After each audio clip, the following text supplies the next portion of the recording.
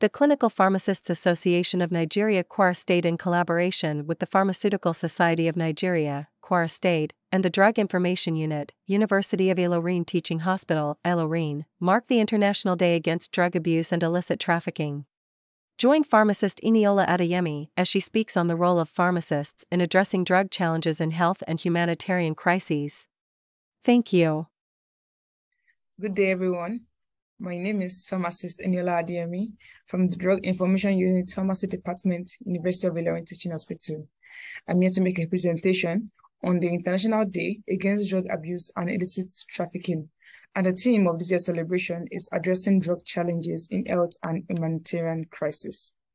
I'll be discussing this topic under the following headings. I'll be defining some key terms. I'll be discussing the role of pharmacists in addressing drug challenges in health and humanitarian crisis. I'll be listing few examples of drug abuse and their pharmacological activity, and I'll be concluding this presentation. Introduction. The United Nations celebrates the International Day Against Drug Abuse and Illicit Trafficking on the 26th of June every year. It is a day set aside to raise awareness of the major problem that illicit drugs represent in society. This day is also set aside to strengthen the actions and cooperations in achieving a world free of drug abuse. The International Day Against Drug Abuse and Illicit Trafficking is a global observance and it's not a public holiday. We should know that substance abuse and the illicit trafficking of drugs is an evil in our society, and it causes disorientation among a majority of our youth. Drug trafficking is an industry that works generally on a vicious cycle of manufactured demand and then supply. In view of this growing menace and the deterioration of the quality of life, the General Assembly at the United Nations in December 1987 designated 26th June to be celebrated with effect as the International Day Against Drug Abuse and Illicit Trafficking. Despite scientific advances and continuous creation of novel clinical methods, the complex problem of drug abuse and dependence is growing. It is not possible, however, to determine if an individual will become drug dependent, but the consumption of psychoactive substances among youth and adults from all economic backgrounds has been observed to be prevalent. Now, I'm defining some key terms as pertaining to this topic. What is drug abuse? Drug abuse means the misuse or consumption of drugs like marijuana, alcohol, cocaine, Bello, and just to name a few. Alcohol is the most abused drug in the world, perhaps because its consumption is allowed by many countries. The United Nations on Drugs and Crimes, the UNODC, claims that around 200 million people around the world are drug addicts. Illicit trafficking. Illicit trafficking refers to the smuggling or trafficking of drugs, arms, explosive and light weapons. Such arms and drugs are trafficked all over the world. However, it should be noted that some regions are more affected by violence, armed conflict, and organized crimes are more vulnerable to the illicit trafficking of arms. The information about drug use in a given population assists and defines the type of intervention that should be developed. In order to implement such actions, there is a need for specific knowledge about the evolution of the use of given substances within a particular setting, as well as the working descriptions of correct prevention programs in place. This now moves me to discuss the role of pharmacists in addressing drug challenges in health and humanitarian crises. A pharmacist is only one of the many people in the lives of individuals who might find themselves vulnerable to substance use and abuse, but they also have opportunities for interventions that others may not have. Different members of the healthcare team play different roles in recovery and prevention of substance abuse. One role that is not always considered, however, but which can act as a first line of defense is that of the pharmacist. Pharmacists, like I earlier mentioned, are most often the first healthcare professional in general to identify potential or chronic drug abuse cases. Thus, pharmacists have a major role in improving care, reducing harm, and preventing death in people who use drugs. It should be noted, however, that very few pharmacists are adequately informed or prepared to assume these diverse functions as they relate to issues of substance abuse and chemical dependence.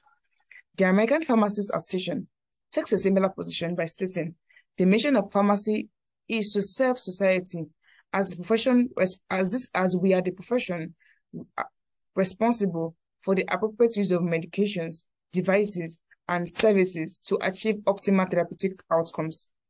To fulfill these goals, pharmacists must acquire a complete drug history for all patients under their care. It is considered routine practice to ask patients about prescription and over-the-counter medications, and in recent years, the importance of herbal product use has also become apparent. However, it is doubtful that pharmacists routinely ask about drug uses, especially nicotine and alcohol use, and other questions about illicit drug use. It should be noted, however, that these psychoactive chemicals exert powerful pharmacological effects and are known to be involved in a host of drug interactions and have the capacity to provoke profound behavioral priorities. The failure to elicit information from patients about these drugs is an obvious omission and in an otherwise comprehensive medication use history. Now, I'll be giving some examples of drug abuse and their pharmacological activity. First off, we have nicotine, which is found in cigarettes. Cigarettes use is associated with cardiovascular and pulmonary dysfunction and also exacerbates this dysfunction. Nicotine is a vasopressor and cardiac stimulant, and smoke is an obvious pulmonary irritant. Thus, in the short run, any patient receiving prescription medication for any cardiovascular or pulmonary condition should be screened for tobacco use. Smokers do not need plenty information about the association between their tobacco use and their medical problem. However, asking about tobacco use should not be limited to patients with these medical conditions. The guidelines developed by the Agency for Healthcare Research and Quality, AHRQ, stress that the public health would increase and can be achieved by questioning all patients about tobacco use and advising all smokers to quit. Recent evidence, however, suggested that pharmacists' advice to quit smoking can produce significant increases in quit rate among smokers.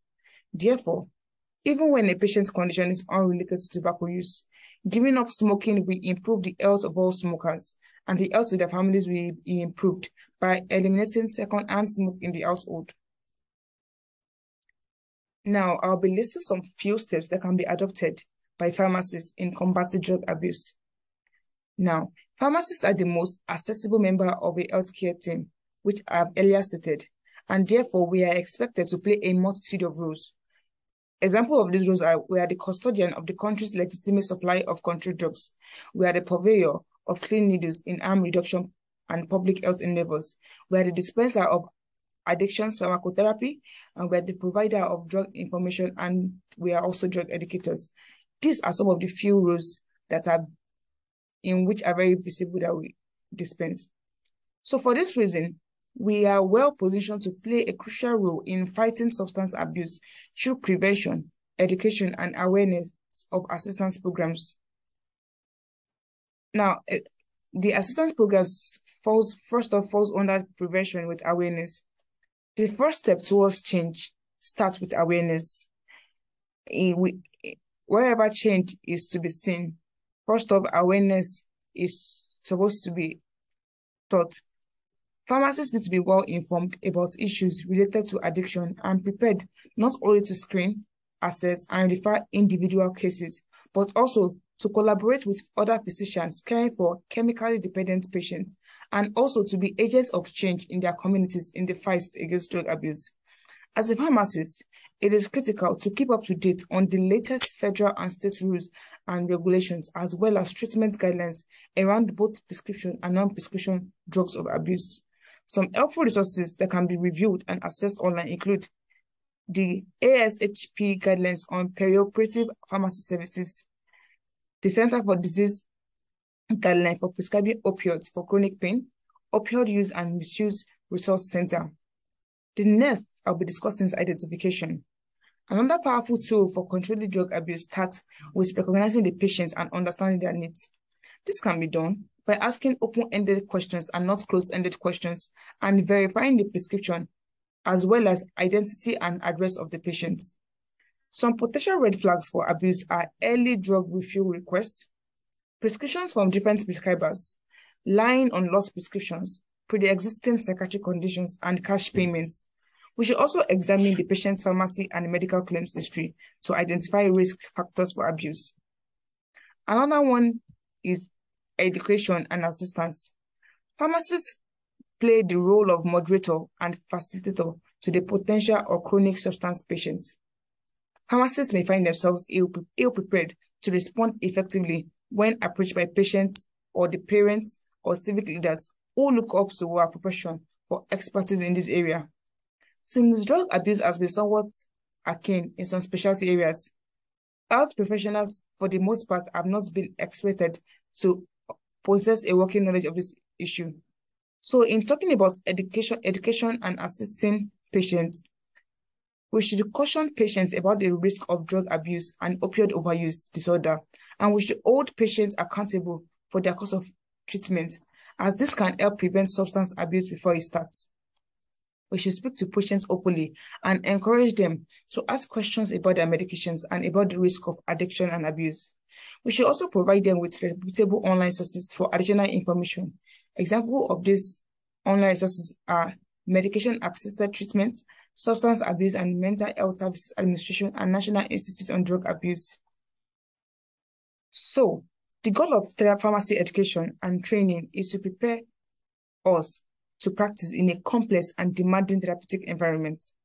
We all know that pharmaceutical care has been defined as a direct, responsible provision of medication-related care for the purpose of achieving definite outcomes that improve a patient's quality of life.